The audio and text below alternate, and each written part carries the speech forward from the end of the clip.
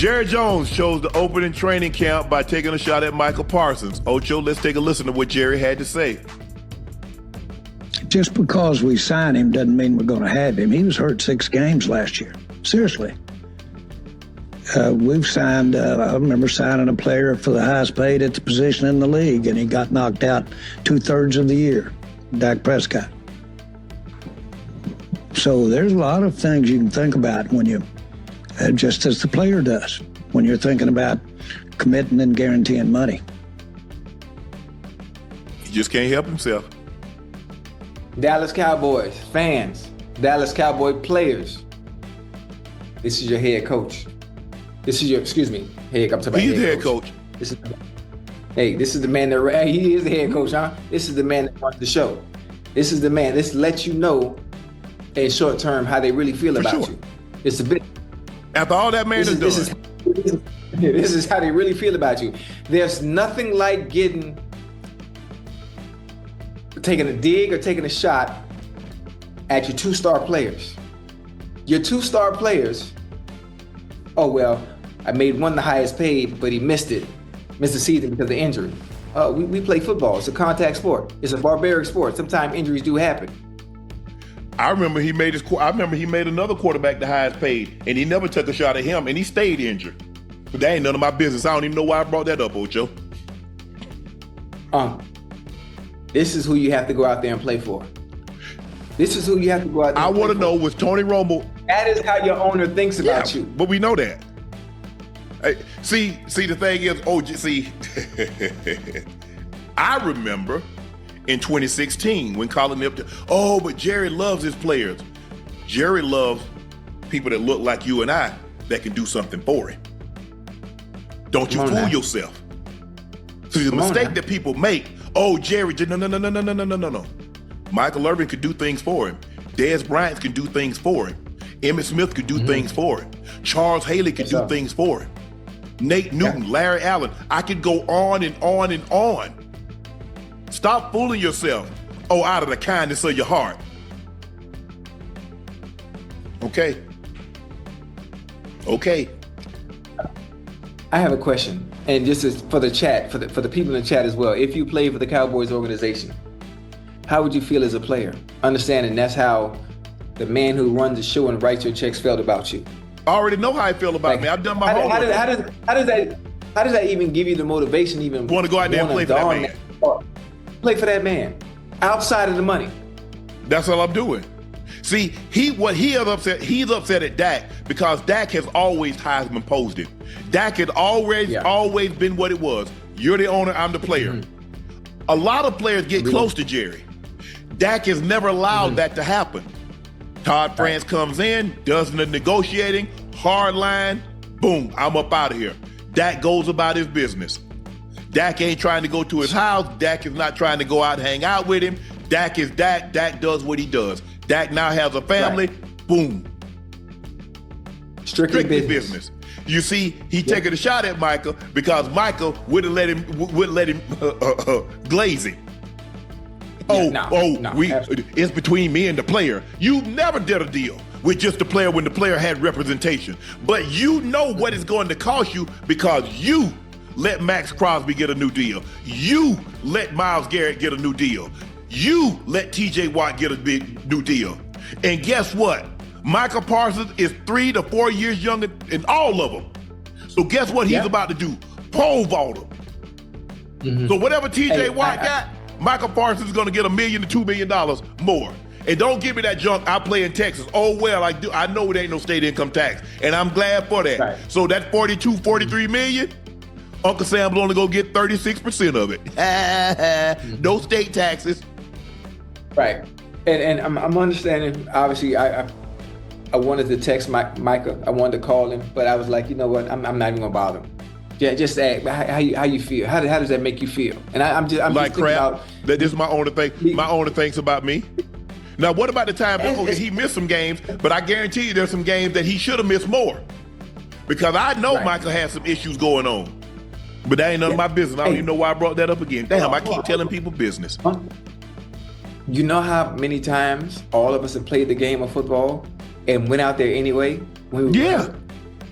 They had to take Toradol pills, had to take the Toradol shot just to line up and play for the same. And then Zollicane, Marcaine, cortisone, yes, all that. Shooting up in your shoulders and in your knees. Well, I ain't shoot my knees up. I shot my ankles up, shot my shoulders up, ribs. Did all that, Ocho. Did all that.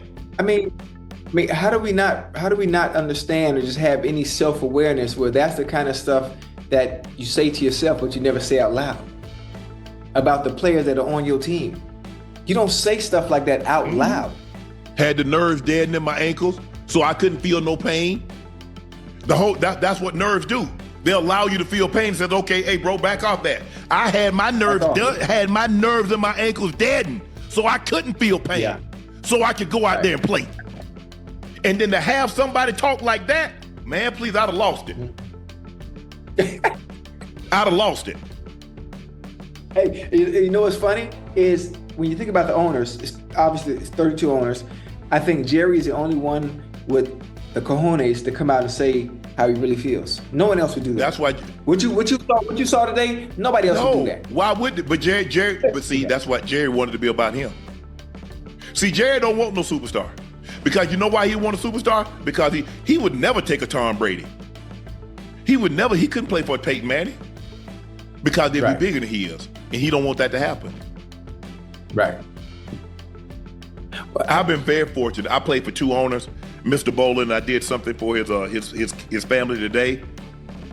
Yes, sir. But Ocho, it was about us. We were the superstars. He used to tell me all the time, Sharpe, I ain't catching no passes. Sharpe, I ain't making no tackles. Why the hell I need to be up there and talking and carrying on? That's what I pay you guys for. I said, you play us quite well. I don't get why Jerry felt to open up training camp like this. I don't know. Everything that comes up doesn't need to come out. Right. But Micah. Oh, what you thinking doesn't need to be said. Every little thought, especially stuff that you know is going to ruffle people's feathers, catch media headlines. Hell, the only thing that should be catching headlines today is Cowboys open up training camp and George Pickens looks motherfucking good. Excuse my language. Sorry. George Pickens looked good day one. That's it. That should be the conversation, not what you said about Dak and what you said about Micah. Man, come on. J.J. Watt took to